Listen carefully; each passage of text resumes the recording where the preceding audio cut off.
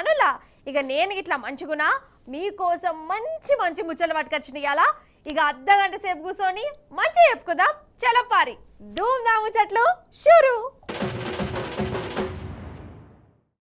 ఏరి కోర తెచ్చుకుంటే ఎగిరెగిరి దన్నిన్నట మన కేసీఆర్ సార్ చెప్పిన శాస్త్రం ఇది సార్ చెప్పినట్టే అవుతుంది కదా మన తెలంగాణలో 6 గ్యారెంటీల సంగతి పక్కకు పోయింది హైడ్రా ముంగడికి వచ్చింది పార్టీ వచ్చి పట్టుమని 10 నెలలు కూడా కాలే 10 ఏళ్ల డెవలప్మెంట్ ఏ తీర్ల సత్తనాశ అవుతుందో అందరికీ కనబడుతూనే ఉన్నది కండ్ల ముందే కట్టుకున్న ఇల్లు కూలగొట్టుకుంటా జనాలకు పట్ట పగిటీలే సుక్కలు చూయిస్తురు హగో ఇళ్ళ కండ్ల పొంట వస్తున్న నీళ్ళే కేసీఆర్ సార్ చెప్పిన శాస్త్రానికి గవాయి మన పట్నంలో హైడ్రాని నడుస్తుంది కదా కొండ శిల్వ మింగినట్టే గరీబోలు ఇళ్ళను మింగుతుంది వీళ్ళందరూ ఆ హైడ్రోతోని గోసపడ్డోళ్ళు వీళ్ళు పడుతున్న గోస ఎట్లున్నదో చెప్పుకొని నిమ్మలం అయ్యేందుకు మన బీఆర్ఎస్ ఆఫీస్కి వచ్చిర్రు ఇనూరు మీరే ఒక్కొక్కరి తండ్లాట ఎట్లున్నదో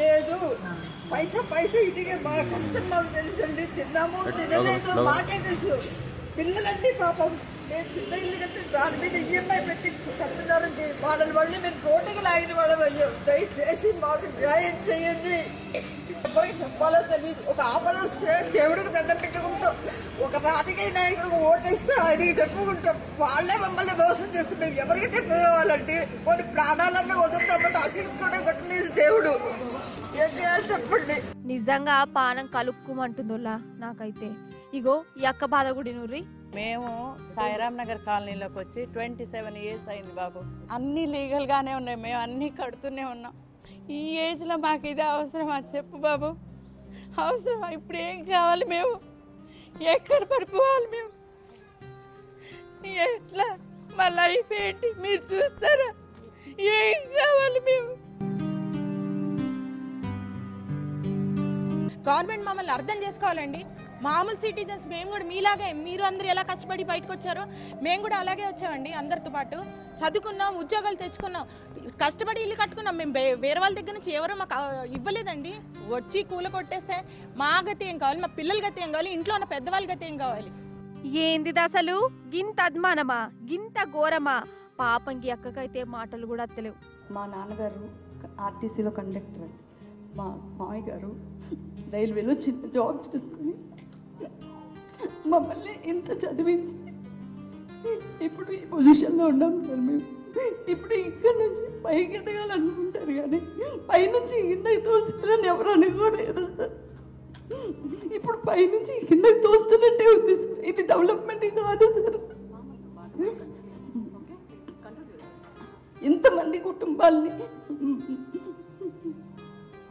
ఎంత బాధ చెప్పిది పగోని కూడా రావద్దు వీళ్ళ బాధలు ఇంటున్నా మన హరీష్ అన్ననైతే ఏడ్చిండు అసలు తెలంగాణలో ఏంది గోస గరీబోల మీద ఎందుకు ఇంతగానం కోపం ముఖ్యమంత్రి అంటే రాష్ట్రానికి పెద్ద దిక్కు ఇంటికి పెద్ద లెక్క కష్టం వచ్చినా నష్టం వచ్చినా ఇనాలే బాధలు తీర్చాలే హిమ్మతియాలే కానీ ఇప్పుడు పెద్ద దిక్కు అనుకున్న మనిషి ఉర్రంగా ఇండ్లు కోల్పిస్తుంటే ఎవరికి చెప్పుకోవాలి ఇల్లు ఇలా బాధలు వినేటోళ్ళు ఎవరు అందుకే కేసీఆర్ సారే ఇళ్లకు యాదికొచ్చిండు 10 ఏళ్లల్లా ఎన్న లేని తీర్లా ఇప్పుడు ఎట్లా గోసపడుతున్నామో చెప్పుకుంటురు ఇక్కడ ఒక్కొక్కలది ఒక్కొక్క బాధ ఇంతకాలం సొంతింట్ల గర్వంగా గుండె మీద చేసుకొని ఉన్నోళ్ళు ఇప్పుడు గడిగడికి భయంగా బతుకుతురు ఎప్పుడు ఏ బుల్డోజర్ వస్తుందో ఏ ఇల్లు పడిపోతుందో ఎవరింటి గోడ కూలుస్తారో ఇట్లనే ఆగమాగమైతురు ఎంత పరిశాన్ చెప్పిది మరి వీళ్ళేమన్నా నెలకు లచ్చలు కోట్ల సంపాదించేటోళ్ళ అంటే అది కాదు రోజు కూలికో కొలువుకో పోతేనే ఆ ఇంట్లో పోయి ఎలుగుతుంది కష్టపడి కమాయించిన పైసలతోని సొంతిలు కొనుక్కుంటే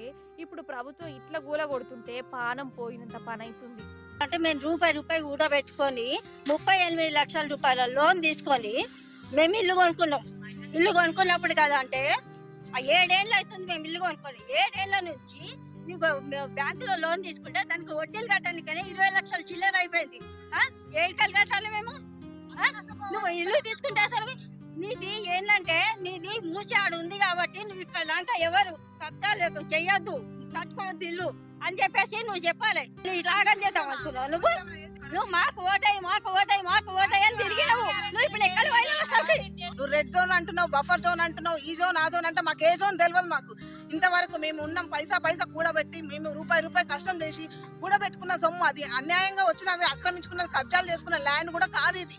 మేము కబ్జాలు చేసుకున్న ల్యాండ్ అయితే మీరు తీసుకోండి, మాకు రిజిస్ట్రేషన్లు ఉన్నాయి, అన్ని షూరిటీలు ఉన్నాయి, పకడ్బందీగా ఉన్నాయి. నువ్వు ఇవాళ వచ్చి నువ్వు తీసేస్తే ఆ ల్యాండ్ అది అని చెప్పేస్తే ఎవరు పోతారు, ఎక్కడ పోతారు?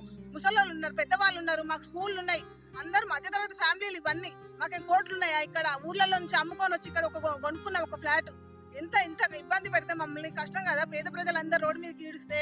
పోయిన నెలలో మీరు ఈ రిజిస్ట్రేషన్ ఎట్లా చేశారు? పక్క బిల్డింగ్స్ ఇప్పుడు మా ఫ్లాట్ లోన ఇద్దరు కొన్నారు, ఒక్కొక్కరు ఇద్దరు కొన్నారు, ఎట్లా చేస్తారు? 3 నెలల సర్వే ఉంది, మీరు సర్వే చేస్తున్నారు, 3 నెలల కింద వేసారు అంటున్నారు, మాకాడ బిల్లు తీసుకెళ్లారు. మాకు రిజిస్టర్ ఆఫీసర్ రావాలి, రిజిస్టర్ ఎట్లా చేసిండు? ఇంటికి చూడండి మండపం పెట్టిన ఆకులు కూడా వాళ్ళకి ముందుకే కూలగొడతారంటే వాళ్ళ ఆవేదన అర్థం చేసుకోవాలి. స్ట్రోక్ వచ్చింది. వీళ్ళందరూ ఏరి కోరి చెయ్యిపాటి ఓటేసినోళ్ళేనట. ఏమో స్కీములు చెప్తురు కదా అని ఓటేసినందుకు ఉన్న ఇంటిని కూలగొట్టిరు. ఎంత ఘోరం ఇది కాదులా. రేవంత్ సారు 6 గ్యారంటీలు ఇస్తా అంటని వీళ్ళు ఓటేసి గెలిపించిరు. మరి ఆ 6 గ్యారంటీలల్లా హైడ్రా కూడా ఉన్నదని ఎందుకు చెప్పలే? అది కూడా చెప్పాలే కదా. చెప్పిన స్కీములో చక్కగా ఇయ్యలేదు కానీ చెప్పని హైడ్రాతోని మాత్రం గిట్లా ఇండ్ల కూలగొట్టుడు ఇదేం నియతి, ఇదేం తరి కానీ మరలబడుతురు పబ్లిక్. రేవంత్ సారు చూస్తున్నావా సారు వీళ్ళ బాధ ఎట్లున్నదో, వీళ్ళకి ఎంత బాధ అనిపిస్తే గింతగడం దుఃఖమస్త చెప్పురి సారు. ఇల్లంటనే పానంతోని సమానం సారు. అసోంటి పానాన్ని బుల్డోజర్ తోని పొతం చేస్తామంటే ఎట్లా సారు అని నిలదీస్తుర్రు.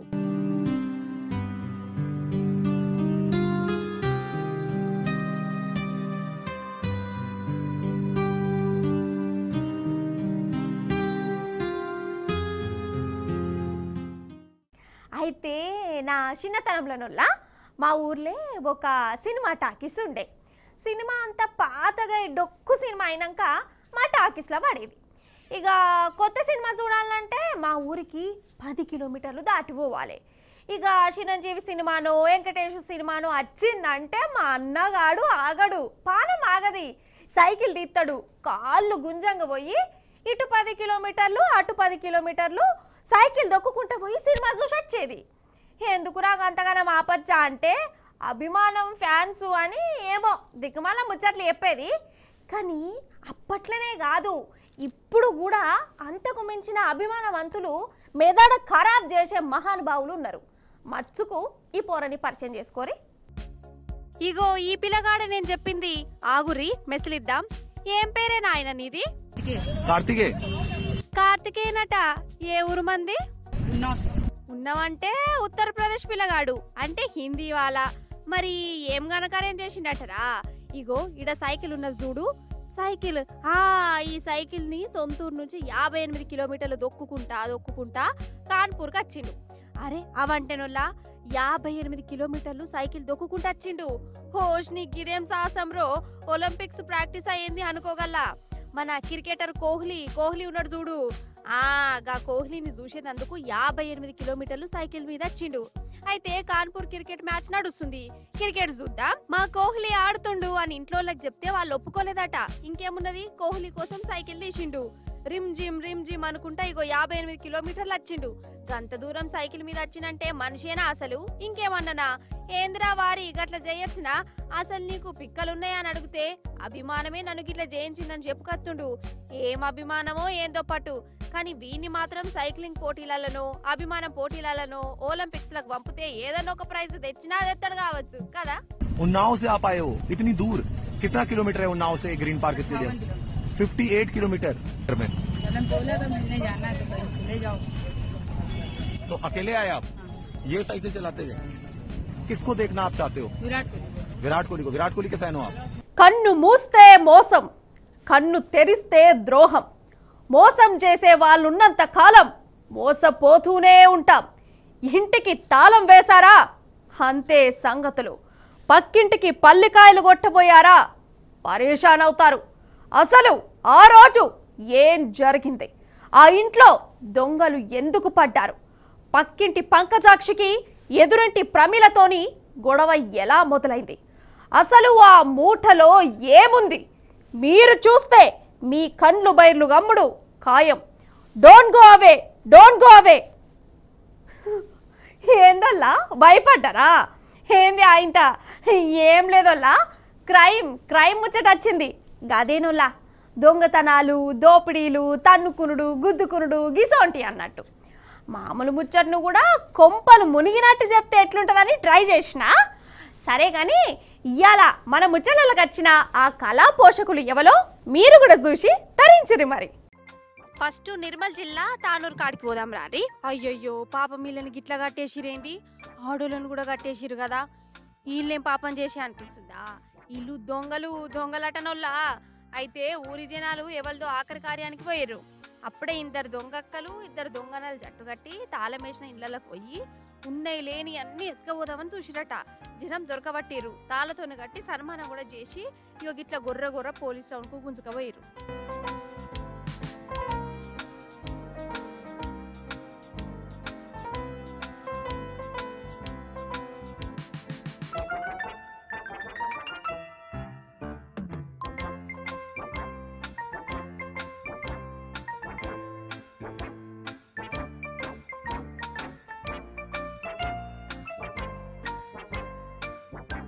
ఇప్పుడు ఖమ్మం జిల్లా బయ్యనగూడెం దిక్కు చూడు ఏమైందో. అర్థమైందా సినిమా?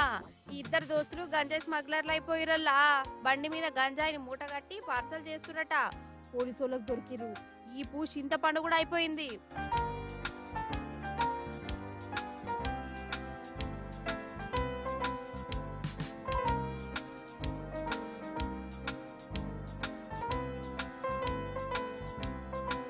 అటు పాలవంచలో కూడా సేమ్ వల్ల ఇద్దరు పోరలకి స్కూటర్లా గంజాయి మూటలు పెట్టుకొని వాళ్ళకి వీళ్ళకి అంటగడుతురట.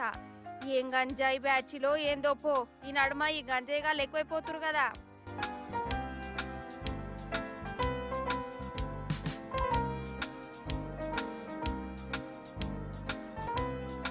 ఇక మైబాద్లో ఏమైందో చూడుర్రి. ఇగో గీ తాత పర్షన్ అవుతుండు కదా, మరి నేను అంతగానో పరిశాన్ చేసింది ఎవరనుకుంటుర్రు? డూప్లికేట్ అన్నలట. పాపం అర్ధరాత్రి ఈ తాత ఇంటికి వచ్చి పిస్తోల్ చూయించి పైసలు వసూలు చేసిరట. 35,000 సౌపిచ్చిండట ఈ డూప్లికేట్ అన్నలకు. అగో ఎట్లెట్లా గదిరిచ్చిరో ఎట్లెట్లా పైసలు చదివించుకున్నాడో కండ్ల గట్టినట్టు పూస కూర్చున్నట్టు మరీ వివరిస్తుండు. ఇనూరి మన చుట్టుముట్టు కొందరు ఎట్లుంటారంటే ఎవరన్నా నవ్వుకుంటా ఉంటున్నారంటే చాలు ఓర్వరోలా కాళ్ళ కింద కట్టెలు పెడతారు, దోస్తులు లెక్కనే ఉంటారు, కానీ కడుపులా కత్తులు పెట్టుకుంటారు. మీదికి కిస్స నవ్వుకుంటా లోపల తిట్టుకుంటా అలై తీసుకుంటారు. అసంటోళ్ళు మీకు దాకిరానులా? తాకలేదా? అగో గాంధీ భవన్కో లేకుంటే బీజేపీ ఆఫీస్కో ఓర్రి, ఆడ గిసొంటోళ్ళు బొచ్చడి మంది ఉన్నారట. వాళ్ళు వీళ్ళు అనుకోగా నా చెవులో పడ్డది.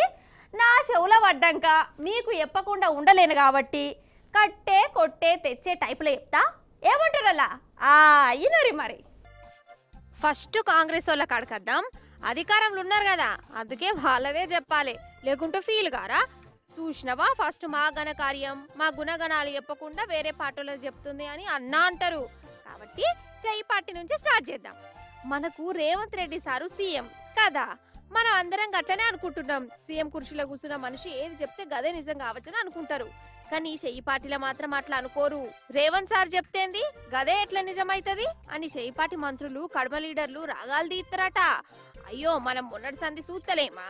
రేవంత్ సార్ ఒక మాట అంటాడు, బట్టి సార్ ఇంకో మాట అంటాడు. సరే బట్టి మాటనే ఫైనల్ అనుకుంటే ఇటు శ్రీధర్ బాబు సార్ది ఇంకో మాట. సరే శ్రీధర్ బాబు సార్ చెప్పిండు కదా ఈయన మాటనే కరెక్ట్ అని మనసులు అనుకుంటుంటే ఇక అంతనే కోమటిరెడ్డి సార్ వచ్చి ఇంకో ముచ్చట చెప్తాడు.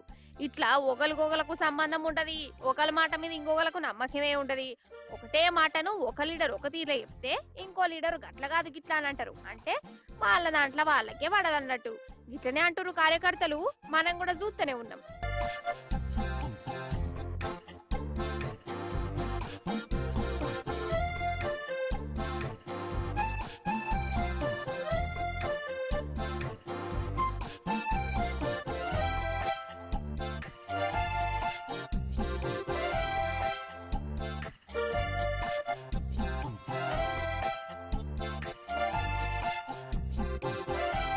పువ్వు పాటోళ్ళది ఇంకో రామాయణం. అటుకెళ్ళి ఈటెల రాజేందర్ సార్ మాట్లాడక మాట మాట్లాడింది అనుకో, ఇక అంతల్ని బండి సంజయ్ సార్ టీవీ ముంగడకత్తాడు.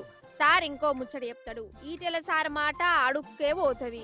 ఇక బండి సార్ మాట్లాడిండు కదా అని అనుకుంటే ఇటు రఘునందన్ సార్ది ఇంకో ముచ్చట. అసలు రేవంత్ సార్ ను పొగుడుతుండా బీజేపీ వాళ్ళని తిడుతుండా అర్థం అయ్యి కానట్టుంటాయి సార్ మాటలు. ఇక వీళ్ళది ఇట్లుంటే పువ్వు పార్టీలో ఉన్న ఎంపీ కొండా విశ్వేశ్వర సారథి ఇంకో రామాయణం. సారసాలు పువ్వు పాటోళ్ళ కంటే కూడా చేయి పాటోళ్ళతోనే ఎక్కువ ఉన్నట్టు, పువ్వు పాటోళ్ళతోనే పోరాటం చేసినట్టు, రేవంత్ సార్ ఏది చెప్తే అదే రైట్ అన్నట్టు చేతడోళ్ళ ఇక గిట్టనే అనిపిస్తుందట విశ్వేశ్వర రెడ్డి సార్ మాటలు వింటుంటే. అసలు ఇదంతా చూస్తుంటే చాలా మందికి ఏమనిపిస్తుందట అంటే ఈ పువ్వు పాటోళ్ళను రేవంత్ సార్ది ఒక బ్యాచ్ అట. కడుమ కాంగ్రెస్ లీడర్లు ఉన్నారు కదా, ఈ లీడర్లనే రెండు బ్యాచ్లు ఉన్నాయట. ఏమో పటూరి ఏం రాజకీయమో ఏందో, అసలు ఎవరెవరు దిక్కు, ఎవరెవరికి దోస్తులు, ఎవరెవరికి దుష్మన్లు, ఎవరు ఏ పార్టీలో ఉన్నారో ఏం అర్థమే కాదు పో. ఏ మాట కామాటేనోళ్ళ కొంతమంది చూసేదందుకు పిరికి పిత్తోళ్ళ లెక్కనే ఉంటారు. వాళ్ళకేం బలం ఉండదు, భయపడతారు అని అనుకుంటారు. కానీ అసొంటోళ్ళకే గనక కిరిమి లేచిందే అనుకో, పాన మీదకి వచ్చిందే అనుకో, ఎటైతాటా అని మనసులో తిరిగిందే అనుకో, ఇక చూడాలి అప్పుడు లేని బలం అంతా బయటకు వస్తుంది. ఎంతటి బలవంతులున్నా బొంబాయి దాకా గెలుగుతూనే ఉంటారు. ముచ్చటేందో మీకు పురాగ సమాజ్ కావాలంటే మనం ఇప్పుడు జంతు ప్రపంచంలోకి పోవాలి పారి. మరి మహారాష్ట్రలో ఉన్న జంగలనుల్లా మంచిగా చూడుర్రి, ఏమో కీసులాట అవుతుందా. అయితే ఒక గుడ్డెలుగు దాని పిల్లలతోన ఆడదిరుగుతుంది. అంతల్నే ఇగో ఈ పెద్ద పులి వచ్చింది. ఈ కూనలను లటుక్కన అందుకుందామని చూసింది. మరి కండ్ల ముందే పిల్లలు ఆగమైతుంటే తల్లికి పానం ఆగుతుందా అనుల్లా, దాని పానం అడ్డం పెడుతుంది కదా. అవు గట్లనే చేసింది గుడ్డెలుగు. ఎటైతటాయే నేను బతుకుండంగా నా పిల్లలకు ఏం కావద్దనుకున్నది పెద్ద పులి మీదకి లడాయికి పోయింది. అగజూడు చూసినవా, గుడ్డెలుగు దెబ్బకు పెద్ద పులే తోక ముడిచి ఆడికెళ్ళి పారిపోయింది. అసలు గుడ్డెలకు పెద్ద పులంత బలం ఉంటదని దానికే తెలియదు, కానీ బిడ్డల మీద ప్రేమ దాన్ని గట్ల చేసింది అన్నట్టు.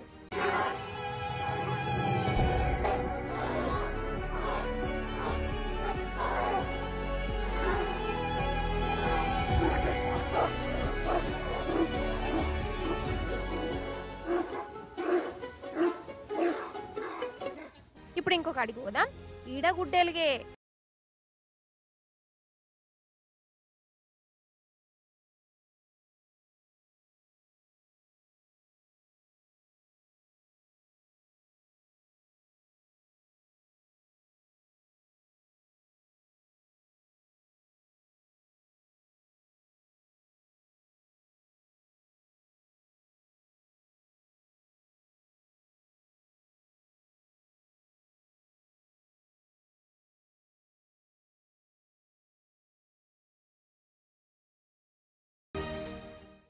ఇక లాస్ట్ ముచ్చట ఇట్లా అయిపోయింది. ఇక నేను పోయే యాళ్ళ కూడా అవుతుంది. ఇక ముచ్చట్లా నడిచినాయి కాబట్టి ఇక నేను పోయేస్తా. మరి టాటా బాయ్ బాయ్ నమస్తే.